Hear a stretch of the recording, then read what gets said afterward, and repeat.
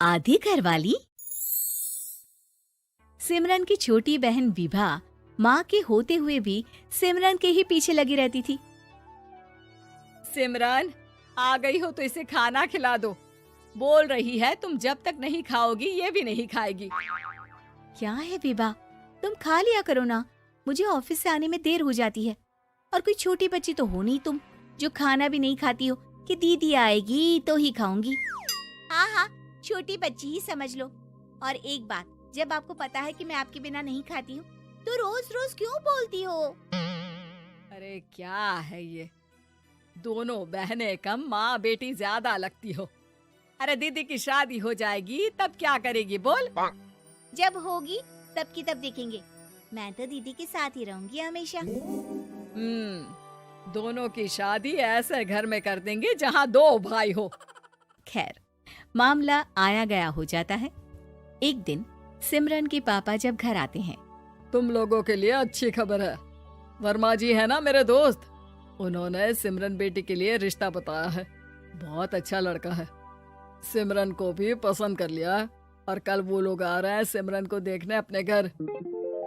सिद्धांत अपने माता पिता के साथ सिमरन को देखने आता है। उसे सिमरन अच्छी लगती है और शादी तय हो जाती है।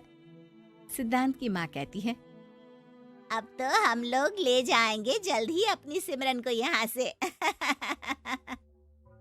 अरे हाँ हाँ, क्यों नहीं, आपकी ही है अब तो हमारी बेटी। दूर खड़ी विभा सब सुन रही होती है। अब तो दीदी की शादी हो जाएगी, फिर तो वो चली जाएंगी। दीदी के बिना मैं कैसे रहूंगी? कुछ न कुछ तो करना ही होगा जिससे दीदी की शादी ही ना हो।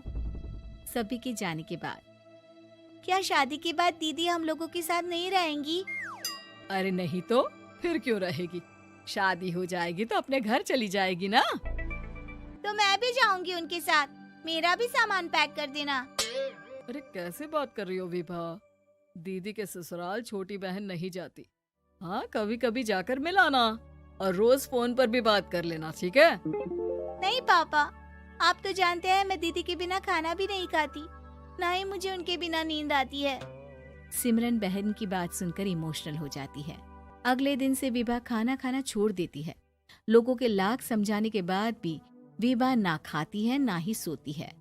अंत में हार मानकर सिमरन सिद्धांत से मिलती है। सिद्धांत, मेरे मम्मी पापा ने बचपन से ही विभा और मुझे साथ रखा। वो मुझसे बहुत जुड़ी है। मुझे उसकी टेंशन रहेगी शादी के बाद, क्योंकि वो मेरे बिना नहीं रह सकती है। अरे ये तो छोटी सी बात है, वो हम लोगों के साथ हमारे घर में रह सकती है। जब उसकी अकल आ जाएगी या वो समझ जाएगी कि तुम्हारा घर वो नहीं बल्कि ये है, तो हम उसे घर छोड़ आएंगे, ठीक है? सिमरन खुश हो जाती है क्योंकि वो यही चाहती थी। वो माँ पिता से बात कर लेती है। अरे कैसी बात कर रही हो सिमरन, भला बेटी के ससुराल में हम छोटी बहन को कैसे भेज दे? जमाना क्या कहेगा? अरे तो पागल हो गया है, मना कर दे। इस शादी में इन लोगों का तो ये चलता ही रहेगा। कभी बहन यहाँ आ रही है, कभी वो बहन के पास जा रही है। अरे शादी हो रही है, कोई मजाक थोड़ी ना हो रहा है ना बाबा ना। माँ कैसी बात कर रही हो? सिमरन से मैं जुड़ाव महसूस कर रहा हूँ और इतनी सी बात के लिए इतनी अच्छी लड़की को कैसे छोड़ सकता हूँ? सिद्धांत की भी जिद होती है कि वो सिर्फ सिमरन से ही शादी करेगा, और होता भी वैसा ही है। सिद्धांत और सिमरन की शादी हो जाती है और दहेज में आ जाती है विभा। शादी के बाद बुआ सास कहती है, अरे माँ ना, साली आधी घर वाली होती है, लेकिन ये क्या, तुम तो उसे घर ही ले आए।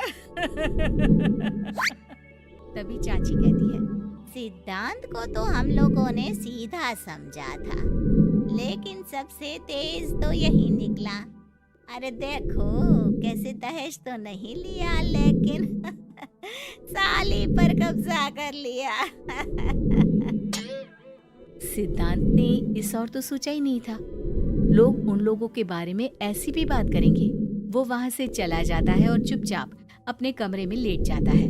क्या हुआ सिद्धांत, तुम अचानक से परेशान हो गए, कोई बात है क्या? अरे नहीं नहीं, वो थक गया था ना, शादी की सारी तैयारी और रस्मों के बीच, सोच रहा हूँ थोड़ा आराम कर लूँ। हाँ ठीक है, आप लेट जाइए, मैं विभा का बेड लगा देती हूँ जमीन पर। क्या वो यहाँ सोएगी? हाँ, बताया तो था कि उसे नींद नहीं आती मेरे बिना।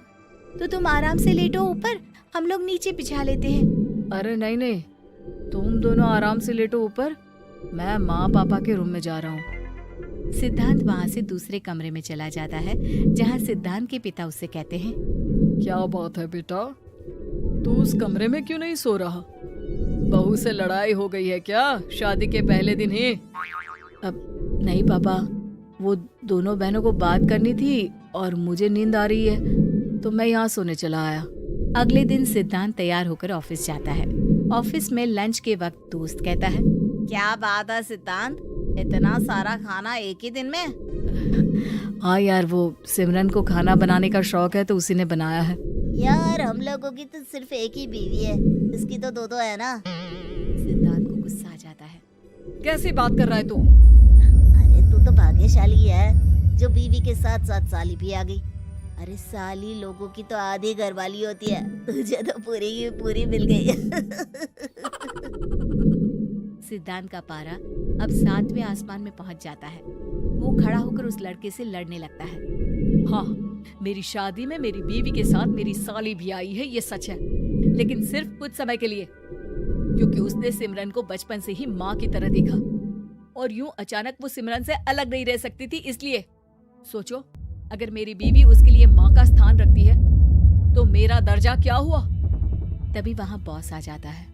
माफ करना सिद्धांत, यहाँ इस मेंटल लेवल के लोग हैं। जरूरी नहीं साली सिर्फ आधी घरवाली ही हो, कभी वो छोटी बहन तो कभी बेटी भी होती है।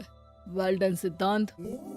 सिद्धांत को अब ऑफिस में कोई कुछ नहीं कहता, लेकिन आस पड़ोस का वो तो वही हाल रहता है। सिद्धांत ऑफिस से घर की ओर आ रहा होता है कि रास्ते में उसे अपनी कॉलोनी का दोस्त मिल जाता है। क्या बात है, चेहरे की चमक बता रही है, शादी से बड़ा खुश है तू, क्यों? हाँ यार, अच्छी लड़की और अच्छा परिवार मिलना कहाँ होता है जल्दी आजकल। यार हमें भी दिला देना ऐसा परिवार जहाँ एक के साथ एक फ्री की स्कीम चल रही हो। सिद्धांत को फिर गुस्सा आ जाता है। वो दोस्त को मारने के लिए हाथ उठाता ही है कि वहाँ विभा आ जाती है। अरे जीजू, रहने दीजिए ना, ये लोग नहीं समझेंगे कि इंसानियत क्या होती है। ये सच है कि दीदी से कैसे दूर रहना ये मुझे पता नहीं था। आपने मुझे दीदी के पास रहने का मौका देकर ये समझने का मौका दिया कि लड़की का असली घर उसका ससुराल होता है। मैं समझ चुकी हूँ, मैं जा रही हूँ जीजू, लेकिन मैं खुश हूँ कि आपने मुझे अपनी छोटी बहन समझा। सभी उन लोगों को देखकर ताली बजाने लगते हैं।